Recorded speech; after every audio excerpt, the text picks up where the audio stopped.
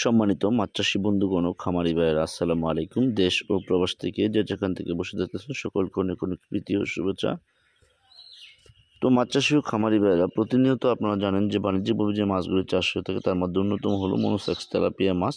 কারণ এই monosex tilapia মাছটা আপনার ছোট বড় সকল প্রকারের মানুষই কিন্তু খেতে পারে। কারণ নিম্ন আয়ের মানুষ বা আপনার উপর শ্রেণীর মানুষ পর্যন্ত এই মাছটা খেতে পারে কিনা, কারণ বাজারে খুবই সুলভ মূল্যে পাওয়া যায়। এই জন্য এই মাছটার ব্যাপক পরিমাণে চাহিদা বাজারে রয়েছে।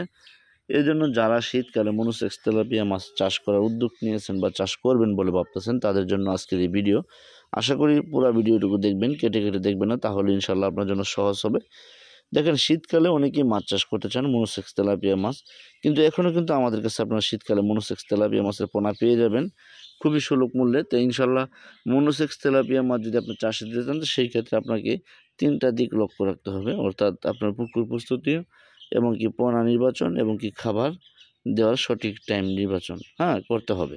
তাহলে আপনি আশা করি চাষে লাভবান হতে পারবেন। কারণ আমরা যেহেতু এখনও পর্যন্ত আমাদের কাছে পোনাগুলি স্টকে রাখতে পেরেছি, তাহলে আপনি কেন পারবেন না শীতকালে মাছ চাষ করতে? অবশ্যই পারবেন, কিন্তু আপনাকে বুঝতে হবে, জানতে হবে, তাহলেই সহজ হবে আপনার জন্য।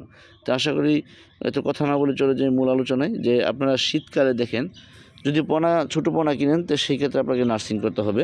আর যদি আপনি ছোটো পোনা না কিনেন, বড় সাইজের পোনা কিনেন, তো সেই ক্ষেত্রে আপনাকে নার্সিং না করলে চলতেছে। তাই অবশ্যই আপনারা যদি দেখা গেছে যে পোনাগুলি যদি আপনি বড় সাইজ নেন, তো সেই ক্ষেত্রে আপনাকে নার্সিং করা লাগবে না, আপনি সরাসরি কালচার দিতে পারেন। তো কীরকম সাইজের পোনা, অর্থাৎ 300 লাইনের পোনা যদি আপনি নেন, তো সেই ক্ষেত্রে আপনাকে নার্সিং করার কোনো প্রয়োজন নেই, আপনি সরাসরি কালচার দিয়ে দিতে পারবেন। আর যদি ছোটো পোনা নেন, তো সেই ক্ষেত্রে আপনাকে মাসেখানি নার্সিং করতে হবে। মাছগুলোকে আগে 100 বা 50টা কেজি আনে তারপর কালচার দিতে হবে, তাহলে আপনার জন্য চাষ করা অনেক অনেক সুবিধা হবে। এই জন্য আমরা বলবো যে অবশ্যই আপনারা মাছ চাষ করার আগে মাছ চাষ বিষয়ে তথ্য পরামর্শ জানবেন, এবং কি এই মাছের খাবার দেওয়ার যে নির্ধারিত টাইম। শীতকালে আপনি দেখেন, শীতকালে কিন্তু আপনার গরমের তুলনায় সূর্য 9টার আগে ওঠে না। আপনি 9টার সময় দেবেন একবেলার খাবার, আর বিকাল আপনার 3:30টার দিকে দেবেন একবেলা খাবার। আশা করি যত রোদের তাপ থাকে মাছগুলো খাবে। আশা করি বুঝতে পারছেন। বাকি আলোচনা করতে স্ক্রিনে দেওয়া নাম্বার কল করুন।